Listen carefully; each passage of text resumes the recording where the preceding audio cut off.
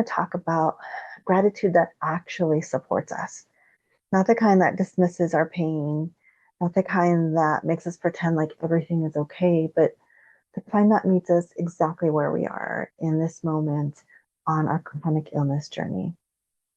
Hi, Kindred community. Welcome to the Viva Mestiza podcast. Here we talk about the struggles that we carry and we honor where we are on our chronic illness journey. So pick up your journal, grab a pen, and write with me today. Let's be honest for a second, because gratitude can feel really complicated when our bodies are flaring and our plans are canceled yet again, and we're grieving the life that we thought we were going to have. And I want to say this very clearly. You can be grateful and still be angry. You can be thankful and still be tired. You can appreciate all those small, wonderful moments in your life and still wish that things were different. Those things are not contradictions. For us, they coexist, and that's okay. When you open up your journal and create a gratitude page, you can make it however you want. It can be simple, which is what I typically do. And it doesn't have to be a list of these 10 things that you're grateful for every single day. Because some days, even just one or two things to think of that we're grateful for can be difficult. And that's okay.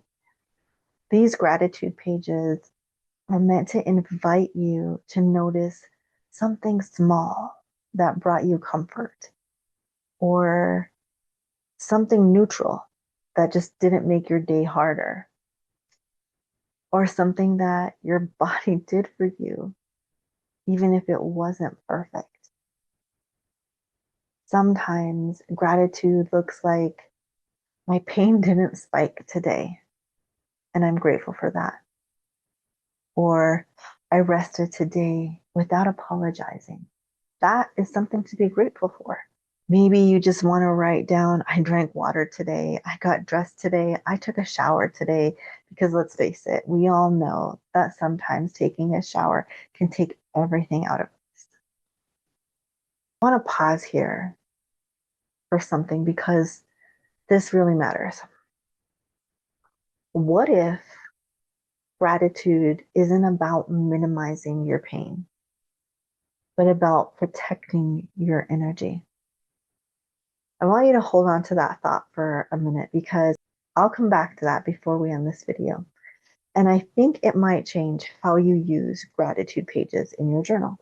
On your hardest days, I encourage you to shift the question from what am I grateful for today to something like, what didn't take more from me today? And this might be just like a quiet moment. I found a quiet moment today to just sit, not answer any questions, not explain anything to anyone, and just be. Or it could be, I have the courage to cancel an obligation and prioritize my mental or physical health and well being.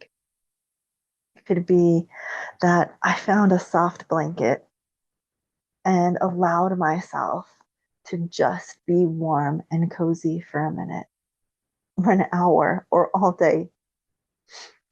Or it could be gratefulness that you didn't have to answer or explain yourself to not one person.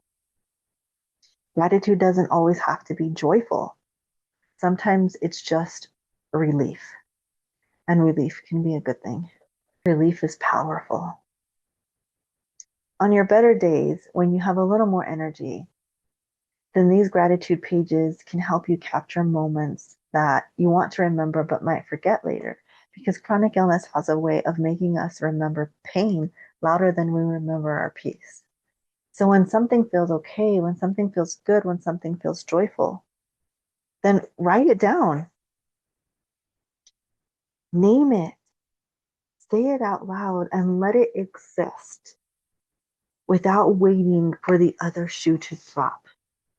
Because I think we feel like that a lot of times, where something amazing happens and we're kind of afraid to just be present and joyful in that moment because we're afraid that if we allow ourselves too much enjoyment, too much gratitude, too much excitement, then the other shoe is going to drop and something's going to happen and we're going to pay for it later. Just allow yourself to be present, be in that moment, and just fully feel that emotion of being joyful and grateful. So let's get back to that question I asked earlier. What if gratitude wasn't about minimizing your pain, but about protecting your energy? What these pages are for is not to convince you that everything is fine, but to help you notice where your energy feels safest, what it is that you can do, and how you can be where you can build up the most energy and protect your energy. Because that awareness, that noticing your own body and your own surroundings, that builds self trust and it builds emotional regulation. And over time, it builds resilience on your own terms. If you've ever struggled with gratitude practices that felt dismissive or unrealistic or unsustainable, then I hope that this journal practice has changed your mind. You don't have to fill every page of your journal. You don't have to be consistent. You don't have to be positive. Just be honest, be yourself, and acknowledge where you are right now on your chronic illness journey. If this has resonated with you, I'd love for you to check out my new Spoonie Journal. It was made with you in mind, and I'll put the link in the description below. Let it support you in quiet, steady ways that you deserve. And if you're still here, then thank you for spending your energy with me today. That in itself is something to be grateful for. And remember, we're in this together.